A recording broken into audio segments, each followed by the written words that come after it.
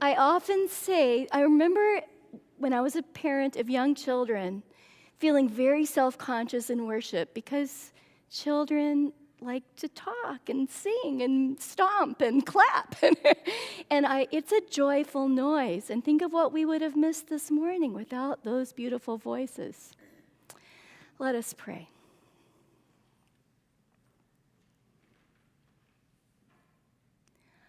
Awake, awake, your light has come. Awake, awake, my soul, oh my soul. Awake, awake, your light has come. Awake, awake, my soul, oh my soul.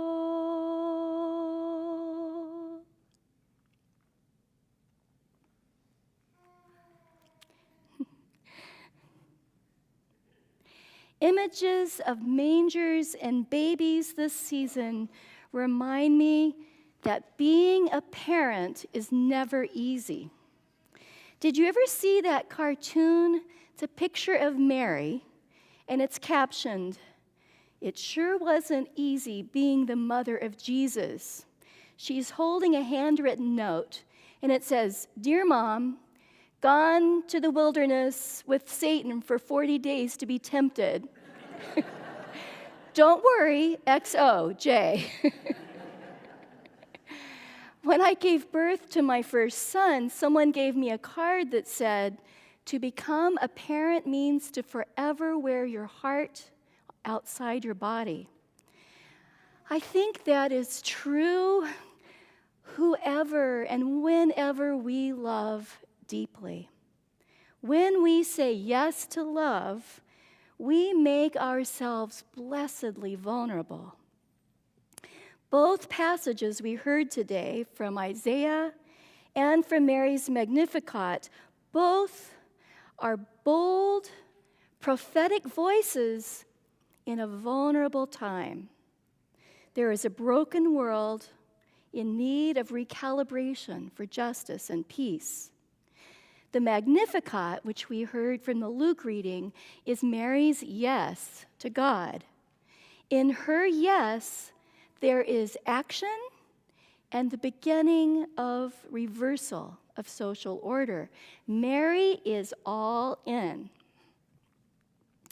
In this mid-December point, and as the year is drawing to a close, world events still loom, and we see a need for reversals. But it's also happening on a personal level. At some point in our lives, most of us encounter a situation that surprises us and challenges us. A debilitating health issue, the death of a loved one, an unexpected ending of a relationship or divorce, a wayward child, a job loss, an unforeseen tragedy. Even just the normal process of aging thrusts upon us loss after loss, making things that were once easy, now they're difficult. Life presents us sudden reversals. And in a topsy-turvy world, Mary models a feisty yes to life. Her assent accepts both the reality of the situation and the hope that it will change things forever. So today I'm inviting us, as with the children, to think about who or what in your life needs a yes from you. How might yes change things for you? Our saying yes together can bring about radical transformation. Some years ago, a friend of mine had a tragedy befall his family. His son was convicted of a crime, put into federal prison, and separated from his family for many years, including his toddler son. So the conviction was not just impacting the father, but also the mother and the toddler son. This conviction was bewildering to my friend. At the time, I was a brand new parent myself, and I could imagine how the weight of this affected him, and I could see it every day. He would say to me, "Pastor Laurie, we just have to believe he will get out one day and he will come out whole. There is no other answer." And I thought, how does this father live with this suffering? This was his yes. His yes was to continue to love his son in every way he could, and he found ways. He enlisted me and others to write letters to the judge on the case, and then we wrote encouraging letters to his son. Whenever he was able, he spent time with his grandson, which was a lot. He prayed consistently for his son, and he drove across country to visit him in prison whenever possible. There really was no other choice but to show his love and support in all the ways possible. Of course, that choice transformed his life forever and the lives of his son and grandson. I think it's safe to say over the past 3.5 years of dealing with pandemic, we've all adjusted ourselves to disruptions of COVID-19. So maybe as we think about this passage of transformation, potential transformation, we can hear the good news of trusting in God and accepting with clear eyes what is real, and to turn to God with radically open hearts. Mary said yes to a situation that changed the course of her life, but not just her life. Her yes changed the people of Galilee and Jerusalem. In her yes, she made a space for God to work in the world in a brand new way. Her yes brought about new life that continues to impact the world now in life-giving ways over 2,000 years later.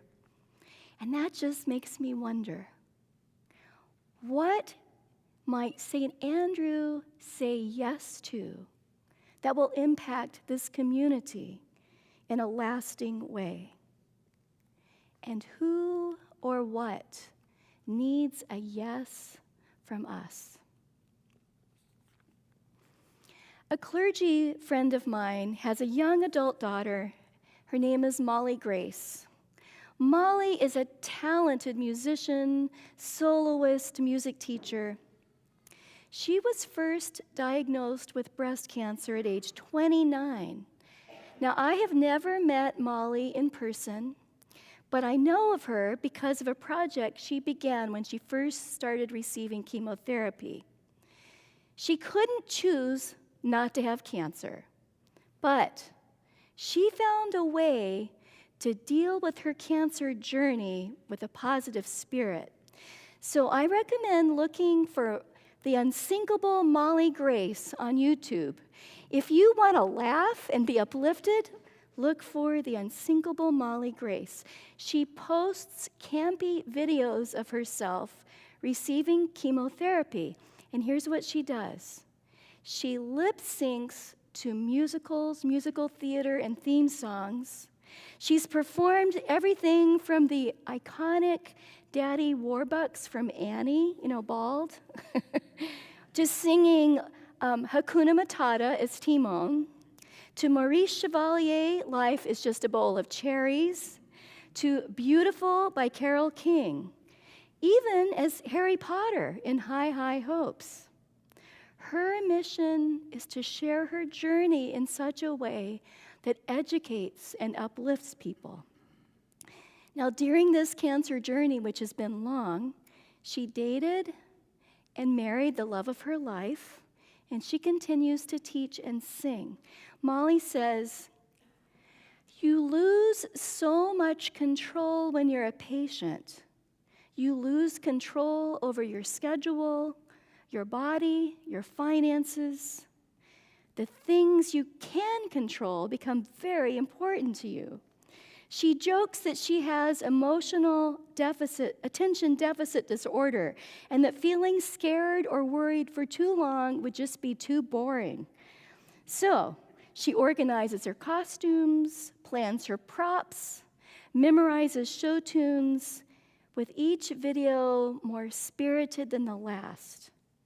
She wears bright red lipstick, and she is vibrant as she sings. And she's in every song, she's saying, "Here I still am, and I'm saying yes to life." Like Molly, and because of Mary's yes, we are invited to yes. I remember when my youngest son went to college, I quietly breathed a sigh of relief and thought, they survived. But as a parent of young adult sons, I admit I am still fearful at times. Maybe the person or situation you are called to say yes to makes you afraid. Maybe there's something very difficult in the situation that you were called to accept, and you don't know how to approach it with compassion. As we think about Mary's feisty yes, I'm going to close with a favorite poem by Madeleine L'Engle. This is an irrational season when love blooms bright and wild. Had Mary been filled with reason, there would have been no room for the child.